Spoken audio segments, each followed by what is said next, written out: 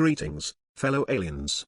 Today, I will explain something that puzzles many alien visitors: funny situations, jokes, and laughing, in one word: humor.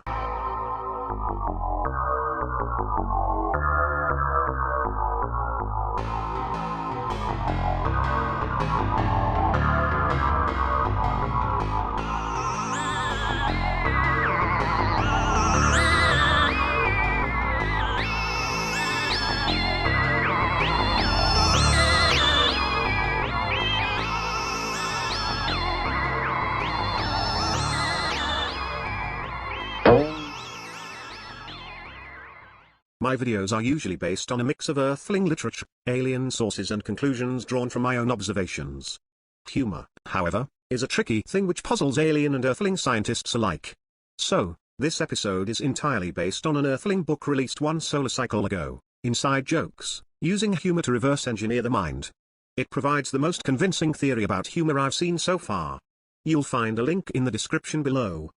Let's start with a typical funny situation. An Earthling crosses a river, a body of hydric acid, by walking on stones, when one of the stones turns out to be an animal.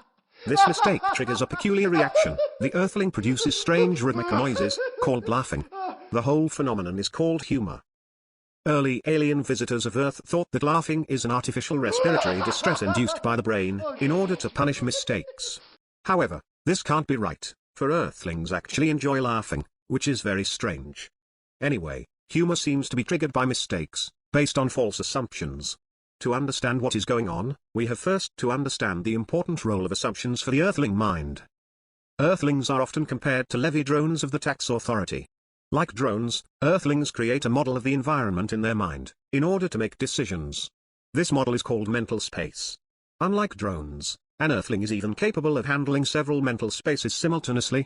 For example, one mental space for the present, one for last night, one for the near future, and one for a video game he is currently playing. However, drones perform continuously full-spectrum scans of the environment, whereas the Earthlings' rudimentary senses provide very incomplete data. In consequence, the Earthlings have to fill the gaps by making educated guesses. In other words, assumptions. A second problem is time. No matter whether in an airplane or in a bar, Earthlings have often no choice but to make decisions in a limited amount of time, based on incomplete data. So, assumptions are unavoidable, but unfortunately, false assumptions can have fatal consequences. That's where humor comes in. Let us try to define what humor actually is. Humor seems to be triggered by the discovery of a false assumption, like the assumption that the thing in the river is a stone. But not every false assumption is funny. For example, if the Earthling is just sitting at the shore of the river, sees what might or might not be a stone, but doesn't decide what to believe, it's not funny. He has to commit to the false assumption, he has to take it as truth rather than a mere possibility. Secondly, if he commits to a false assumption which leads to fatal consequences like losing his legs, it's not funny either, at least not for him, right now. More generally, it's not funny if the discovery of the mistake is loaded with negative emotions. So, humor only occurs when the Earthling commits to an assumption which turns out to be false, but harmless. Thirdly, if the Earthling wonders consciously whether the thing in the river is an animal, then decides it's a stone, it's not funny either to discover it's an animal. It's necessary that the assumption has entered the mental space covertly. Let me explain this in a typically Earthling manner, with a metaphor. Let's say, this is the Earthling mind. Many assumptions enter the mental space by the front door, are examined and analyzed, before the mind accepts or refuses them. But some assumptions entered the mind by the back door and establish themselves without having been thought over. Such sneaky assumptions are vicious, if the mind trusts them, as they can do a lot of harm. Now we can define what humor is. It's the discovery of those sneaky false backdoor assumptions before they can do any harm. So, humor occurs when, a. an assumption enters the mental space covertly, b. the mind takes it to be true, c. the assumption is revealed as false, d. the mistake is discovered without causing harm or strong negative emotions. To be exact, the Earthling book this episode is based upon doesn't speak of assumptions, but of active beliefs, which is a bit more precise. But as often, I had to simplify some things in order to keep the video accessible to anybody.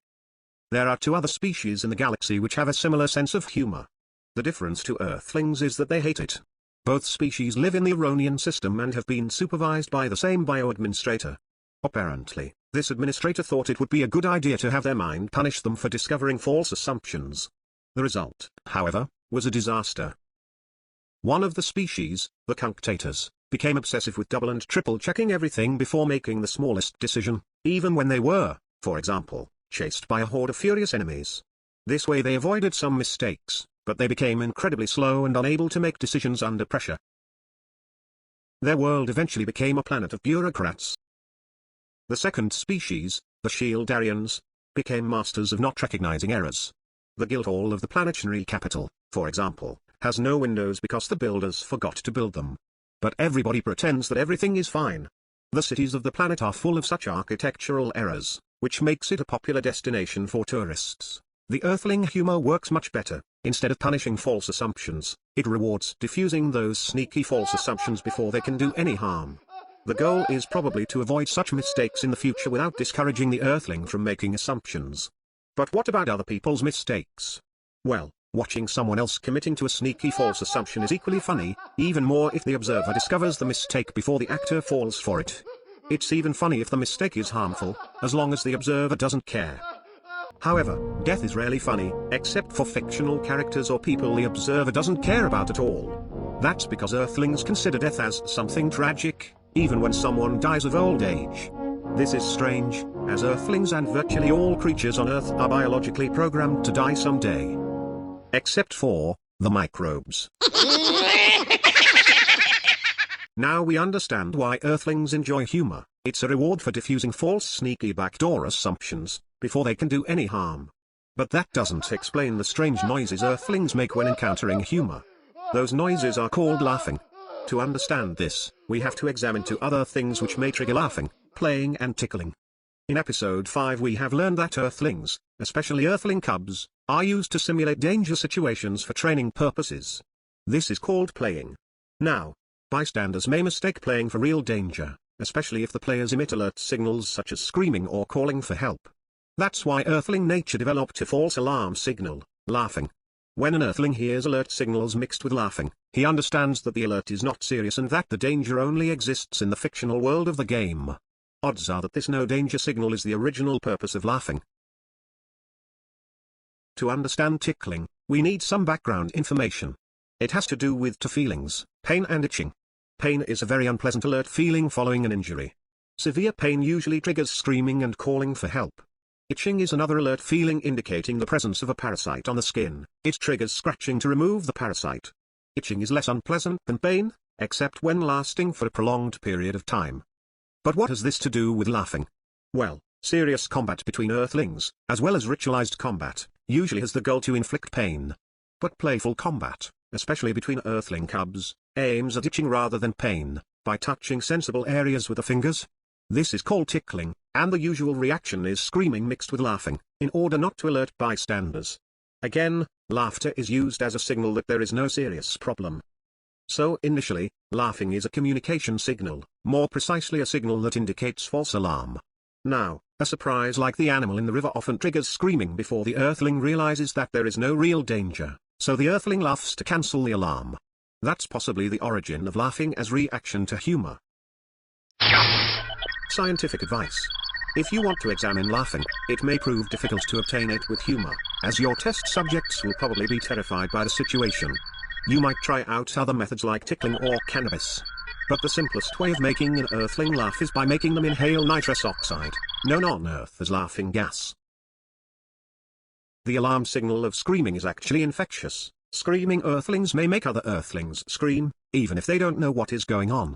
This is called panic, and it's a mechanism to alert a group quickly in case of imminent danger.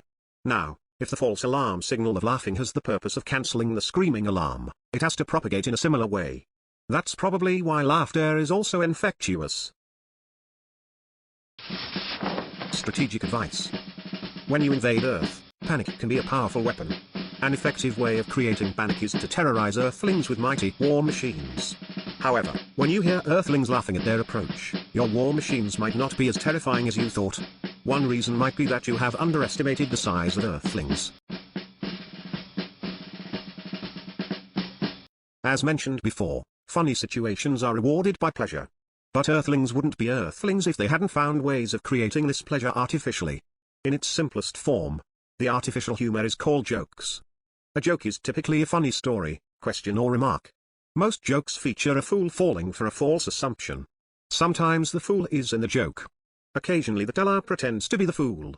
But more sophisticated jokes make the listener the fool, by tricking him into making a false assumption. An example for the fool being inside the joke: how do you get a Polari in a Q3 mini saucer? Tell him 16 of his kind are already inside. In this case, the Polari is the fool. Of course, the joke isn't funny if you don't know about the Polari culture's obsession with the number 17. And even if I explain it, it won't get funnier. Explaining a joke is like dissecting an earthling. Few people enjoy it, and the earthling dies. Other examples: how do you get 4 squids in a Q3 mini saucer? 1 on the pilot seat, and 3 on the passenger seats. In this case, the fool is the teller who pretends not seeing that the problem is the size of the squids, not the number of seats. How do you get 3 Andromeda lawyers in a Q3 mini saucer? You can't, because the squids are still inside. In this case, the listener is the fool, because he was led into assuming that the two jokes are not connected, or in other words, that they don't share the same mental space. How do you get 2 Polaris in a Q3 mini saucer? Via Hyperspace Express Line 37, exit Polaris. Again, the listener is the fool who misunderstood the question.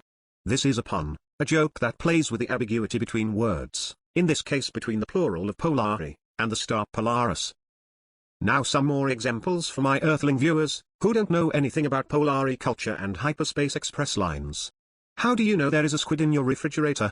By the tentacle traces on the butter. How do you know there are 2 squids in the refrigerator? You can hear them giggle when the light goes out. How do you know there are 3 squids in the refrigerator? You can't quite close the door. How do you know there are 4 squids in the refrigerator? There is an empty Q3 mini saucer parked outside. Another form of artificial humor are comedies. Comedies are full-fledged stories full of jokes and funny situations. Like all stories, they are created in the form of novels, stage plays, films, etc. There is an ongoing discussion among alien scientists whether the movie Prometheus is actually a comedy. On one side it follows the classical comedy formula: some idiots go someplace and do stupid things, but on the other side, Earthlings don't laugh when watching the movie. My hypothesis is that Prometheus is actually a safety video for future astronauts. The goal is to warn about stupid mistakes one can make in a space mission. Don't hire morons. Don't pet creepy alien creatures. Don't smuggle alien goo on board. Don't test alien goo on your fellow astronauts. And, for galaxy's sake, don't disturb the siesta of a giant alien who wants to kill all Earthlings. Tips for tourists. Usually, Earthlings will be afraid when they see you. But when you visit North America during this time of the year, odds are that you will make Earthlings laugh. The reason is an annual ritualized game where Earthling cubs disguise as creatures of the night and grown-ups pretend to be scared by them. The cubs find this funny, despite the fact that the mistake only occurs in the make-believe world of the game. Anyway, Earthlings will probably think you are a disguised Earthling cub. You might even make new friends and earn some free glucose. Earthlings usually think of humor as some kind of gratuitous pleasure. But from an evolutionary point of view, it has a very specific purpose: training to diffuse those nasty false backdoor assumptions, before they can do any harm. So, once again, it all comes down to our old friend, the genetic imperative. In the next episode we will learn about Earthlings' food, what they eat and drink, how they prepare it, and why they love spoiled food like cheese or wine. Thanks for watching, and don't forget to be alien.